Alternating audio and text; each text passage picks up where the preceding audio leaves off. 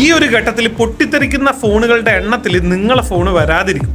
എന്താ വെയിൽ എന്നറിയാം. മലപ്പുറം ജില്ലയിൽ എൻ്റെ പേരിൽ കണ്ണൂരെക്കാട്ടി വെയിൽ എന്ന് വേണമെങ്കിൽ എനിക്ക് പറയാൻ വേണ്ടി പറ്റും.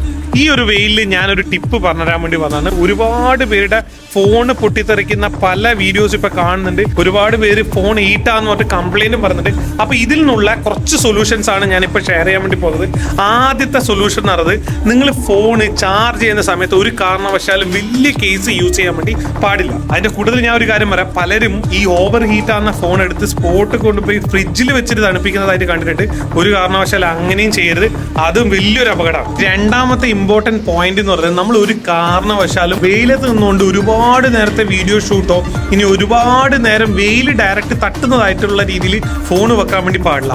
അതുപോലെ മൂന്നാമത്തെ പോയിന്റ് എന്ന് പറഞ്ഞാൽ, ഒരു കാരണവശാലും ഡാഷ് ബോർഡിൽ ഫോൺ വെച്ചുകൊണ്ട് ട്രാവൽ ചെയ്യാൻ വേണ്ടി പാടില്ല. ഈ ഡാഷ് ബോർഡിൽ വെക്കുന്ന സമയത്ത് ഇതേ തന്നെയാണ്, അവിടെ ഗ്ലാസ് ഉണ്ടെന്നുള്ളൂ, ഡയറക്റ്റ് സൂര്യനാണ് അടിക്കുന്നത്. അതുകൊണ്ട് തന്നെ ഫോൺ ഏത് രീതിയിലും പൊട്ടിത്തെറിക്കാനുള്ള സാധ്യത വളരെ വളരെ കൂടുതലാണ്. നമ്മൾ ആവശ്യമില്ലാതെ നമ്മളെ ബ്ലൂടൂത്ത്, GPS അതുപോലെ തന്നെ ഹോട്ട്സ്പോട്ട് ഓൺ ചെയ്ത് വെക്കരുത്. ഇതും ഫോൺ ഹീറ്റാകാനും പൊട്ടിത്തെറിക്കാനുള്ള സാധ്യത കൂടുതലാണ്.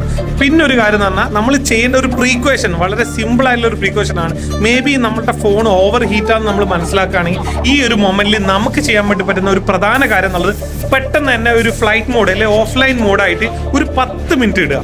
അപ്പൊ ഇത് ഇത്രയും കാര്യങ്ങൾ നിങ്ങൾ ശ്രദ്ധിക്കുകയാണെങ്കിൽ ഈ ഒരു ഘട്ടത്തിൽ പൊട്ടിത്തെറിക്കുന്ന ഫോണുകളുടെ എണ്ണത്തിൽ നിങ്ങളെ ഫോണ് വരാതിരിക്കും. അപ്പൊ മാക്സിമം ഈ വീഡിയോ ഷെയർ ചെയ്യാം മറ്റുള്ളവരുടെ അറിവിലേക്ക്. മറ്റൊരു വീഡിയോയിൽ കാണാം. ബൈ.